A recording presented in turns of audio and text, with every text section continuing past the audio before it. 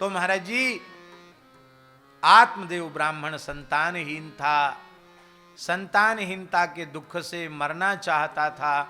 भगवान यति रूप में ज्ञान देने आए थे, लेकिन ज्ञान का आदर किया नहीं। बोले बलपूर्वक आप हमें पुत्र दो ही।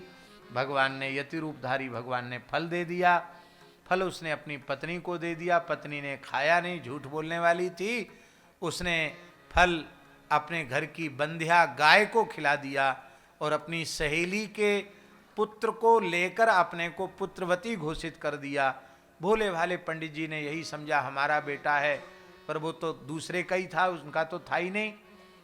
नामकरण का अवसर आया तो धुंधली ने उस नाम रखा, धुंधुकारी नाम रखा।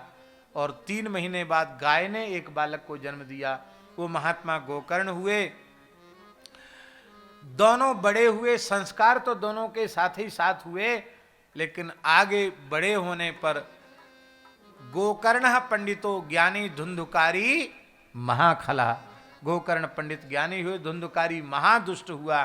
सारी संपत्ति पिता की नष्ट कर दी। पिताजी रो रहे थे, गोकर्ण जी को दया आ गई और गोकर्ण जी ने अपने पिता को उपदेश किया। यहाँ प्रकरण देखना चाहिए, भगवान ने सन्यासी रूप में जो उपदेश दिया है वो, और गोकर्ण जी जो उपदेश दे रहे हैं, वो दोनों उपदेश मिलते जुलते हैं।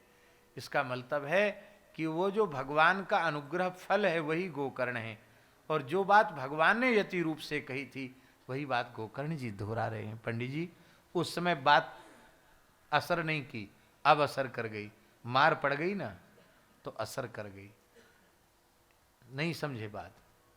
सीधे सीधे भगवान की बात, संतों की बात मान लोगे तो पिटाई नहीं खानी पड़ेगी, नहीं तो पिटाई खा के भी रास्ते पर तो आना ही पड़ेगा।